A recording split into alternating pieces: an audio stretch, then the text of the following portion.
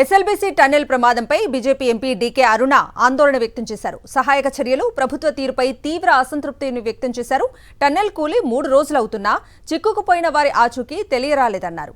రంగంలోకి దిగిన NDRF, SDRF, army తీవ్రంగా శ్రమిస్తున్నారని, కానీ సీఎంకు చిక్కుకుపోయిన వారి గురించి ఆలోచన లేదా అని ప్రశ్నించారు. ఈ ఘటనను కాంగ్రెస్ ప్రభుత్వం సీరియస్గా తీసుకున్నట్లు కనిపించడం లేదన్నారు. ఓ పక్క టన్నెల్లో చిక్కిన కార్మికుల పరిస్థితిపై ఆశలు సన్నగిల్లుతుంటే సీఎం మాత్రం ఎమ్మెల్సీ ఎన్నికల ప్రచారానికి వెళ్లటం ఏంటని అడిగారు. కార్మికుల ప్రాణాలంటే ప్రభుత్వానికి లెక్కలేదా అని ప్రశ్నించారు.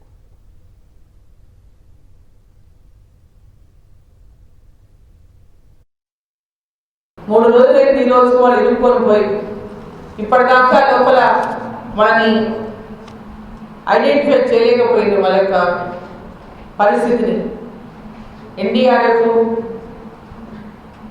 ఎస్డీఆర్ఎఫ్ వాళ్ళు తీవ్రంగా ప్రయత్నాలు చేస్తున్నప్పటికీ కూడా ఇప్పటిదాకా వారి ఆచూకీ అని కూడా తెలుసుకోలేకపోయింది. ఓ పక్క ఒక ముఖ్యమైనటువంటి ఒక ప్రాజెక్టులో జరిగినటువంటి సంఘటన ద్వారా అదృష్టవశాత్తు 42 మంది బయటపడ్డారు. 8 మంది లోపల చిక్కుకున్నారు.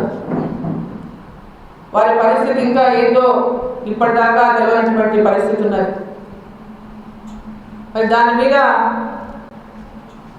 మరి ముఖ్యమంత్రి గారు కీలకమైనటువంటి అంశం అది ఏది తేలక ముందే ఎన్నికల ప్రచారంలో పాల్గొనడం అంటే కూడా ఎవరికి అది అంత సీరియస్గా ఇష్యూని వారు తీసుకోలేదన్నదే ఇంకా స్పష్టమవుతాము.